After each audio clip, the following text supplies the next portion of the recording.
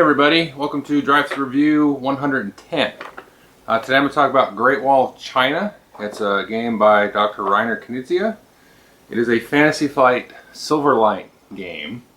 I don't think it's currently being published anymore. It is sort of like multiplayer Battle Line. That's how it was described to me, so I said let me have it. I like Battle Line quite a bit. And so it's not really like Battle Line. It kind of has some similar things, but there's enough differences that the comparison is tenuous-ish. So there are some likenesses and some differences. I'll show you those when I play, do the playthrough. And this is sort of a front-loaded game. It's a little bit weird. It has a kind of a weird end game. So let me show you how it works, and I'll come back and tell you more about it. Okay, so here's all the components of the game. You get 5 decks of cards. These are identical and different player colors. Now this game plays 2 to 5 people. I will say that it's probably most interesting as, let's say, a 4-player game. That's not to say that 2 is horrible or 5 is horrible. I just seem to find that to be my sweet spot. I do like it with 2, and I do like it with 5 and 3. And you also get these chits here, these little tokens here that are worth points. So depending on the number of players, what you're going to do is set out sort of these little rows of these points. You'll have all these face down, then you'll flip them up, and then you'll put them next to each other like so. Now sometimes they could be the same. Apparently that's how all mine are going to be. And they could be different. Now in a 2-player game, you're going to swap out any of these that are the same. So when we're playing a 2-player game, you'd only have 2 rows here, and you couldn't have any pairs that were the same. It would be kind of pointless. However, with more players, it's not a big of a deal to have the ones that are the same. So let's say we've got 3 rows here. So to start the game, each player is going to draw 5 cards off the top here of their deck, and this is going to be their starting hand. And mostly, those are just numbers. It's a Knizia game, right? But there are special abilities on the cards denoted by these little icons underneath, and I'll explain what these are in a second. So on your turn, you basically have 2 actions. You can either play a type of card to one of these rows, or you can draw a card. And by type of card, I mean a card of the same sort of class. So you can see here I've got this like warrior card here. So I could play a bunch of warrior cards. If I had a bunch in my hand, I could play them all at once. Or I could play like this 3, or if I had another 3 with sort of like a wall card, I could play as many of those as I wanted to one specific row. And then again, I could draw a card. So I could do 2 actions. I could draw 2 cards, make 2 plays to the board, and that would be the end of my turn. Now there's one card here that gives you a sort of a free action. You can always play these horse guys, these cavalries, as a free action. But you have to do that before you've done your second real action. So I couldn't like draw a card, use up my 2 actions and go, oh, I got a cavalry, I can play it. No, because you've already taken your second action, and so you have to have done that before you take your second action. So the idea is that you're trying to win these and get points.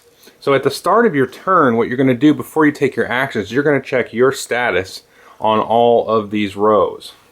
And if you are the leader, you're going to get whatever point total you wish. And you may choose the lesser point value. And I'll explain why. Now let's say for argument's sake I'm the yellow player here, and I've got these cards in front here. And so I've got 6 points to blue's 3. So it comes around to my turn. At the start of my turn, I check all of the places where I have my yellow cards, and if I'm in the lead for any of those, then I can choose one of these. Now if you're tied, nobody can, you can't choose it. So I could choose the 7 here and basically lock that in. And then on a later turn, I can acquire that 7. But what happens when you take one of these point values is it actually subtracts from your total points at whatever row you're at. So if I took this here, I've got 6 minus 7, so I'm actually at -1. But if I took the 5 and tried to lock that in, then I'm back down to just 1. So I'm kind of still in the running to maybe acquire the second token that's there. Now what's going to happen is we're going to go around the table, and if nobody had played any cards further, we get to blue's turn. He now is in the lead, because remember, I'm at 6 minus 5, so I'm actually at 1. And then it gets to blue's turn, he's at 3, so he's beating me now. He's now the most here. So he's going to trigger, and he's going to take this. And so since this is cleared, then these points are actually going to go in front of the player. So the player will take these points, put them face down in front of them. When that happens, then you're going to draw 2 more out, and then clear out all the cards that were there. Those are discarded forever. And then we're going to keep going from there. So you can see, if I was yellow, maybe what I would do, instead of taking the 7 on my turn, I take the 5, I'm at 1, and then I play some more cards to beef myself up. So maybe play that one and this one.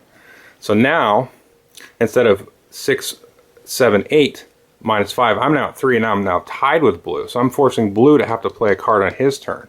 So in this way, you can try to build a giant strength of force in one spot and try to capture both points.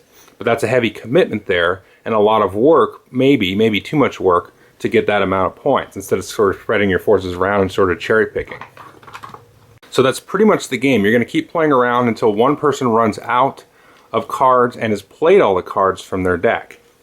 At that point, every other player is going to take one more turn, again evaluating if they're in the lead in any of these spots, and then taking their 2 actions. After everybody else has taken a turn, then we're going to go one more time around the table. Nobody can play any cards, but we're just going to evaluate each row and see, what's changed, and commit any points that may be left out on the board. Now, at the end of the game, let's say yellow was stuck with this 5 on here, but this 7 never triggered. Maybe there was a tie or something. Like in this case, it's 3-3. It comes back around. This never triggers, so this 5 actually stays out on the board and yellow won't get it, so nobody will get any points from this row. So it's something you got to kind of keep in mind, is to maybe force some ties at the end of the game so that any points that maybe are in sort of pending mode up here don't actually trigger and go in front of the player. And then whoever has the most points, obviously, at the end of the game is the winner. So let me talk a little bit about the different types of cards that are in the game and what they do. Because just, the point value is pretty boring. So the cards that you have the most of in your deck, and there's 20 cards in these decks, are these little, 1-point walls. Now remember, you can play a whole bunch of them at once too, so these aren't totally worthless compared to the other cards, because you're going to have more opportunity to have a bunch of them in your hand and play them as kind of one big move. Next, you've got a couple of these 2s. These are just worth 2. Everybody has 1 3. And then I said before, you've got the cavalry here. You've got these 2 that are worth 2 points, and you can play these for free on top of your other actions. And then you've got the monk here. Everybody has 1 of these. And when you play this, basically every card in that row is now only worth 1 point, no matter what their face value says. So this can kind of change that fluctuation of power, especially after some of these points have been committed into that row. So very powerful card. And then there's this dragon here. Now this card can be played on top of any card and then destroy basically that card, getting rid of it, and then you've got a point and you've destroyed some other card of another player. And finally we have these warrior cards here. And so these are a little bit tricky. So if you play 1, it's worth 1 point. But if you have 2, the first one is worth 1 point and the next one's worth 2. So this is actually worth 3 points. If I play a third one, this is actually worth 3 points. So I got 1 plus 2 plus 3, and this is actually 6. So if you play a bunch of these together, obviously it's going to build up a strong force there. So the cool thing about this is everybody knows what everybody has, and so oh, he's already played some of his warriors, he doesn't have very many to back them up, or he's played that dragon, or he's played that monk, so I don't have to worry about that, or he hasn't played it yet, and I need to keep that in mind. I don't want to commit too many forces in one spot in fear of being trumped by some of these other sort of power cards. And that's pretty much the game. Okay, so I hope you enjoyed the overview. It's a very simple game.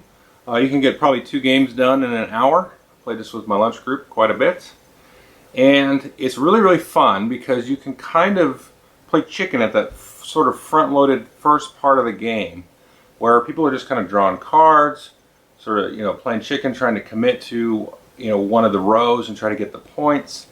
And the points are going to come out differently every game. You may have a bunch that are really low at the start of the game, so people don't want to commit a lot of cards to get those points. But then again, you might try to get both of the tokens at the same time. And so, it kind of will vary from game to game. And so there's a lot of, drawing and saying, kind of holding to get a good sort of explosion on one turn. However, the end of the game is really kind of funky. And it's not really a problem I have with the game per se. It just kind of falls flat at the end. Because that last sort of 2 go-arounds, after everybody's played, and then the last guy plays, and then everybody gets one more play, and then you count them again. It's like basically turns into, okay, he's going to get this and this and this, so let's prevent this, this, and this, and that way nobody gets anything. So every game kind of turns into that after you've played a few times. So that's kind of, I don't know, anticlimactic or something. But the rest of the game is really interesting, and for filler, it has a lot of sort of strategy and I don't know whatever words you want. It's cool, it's kind of fun.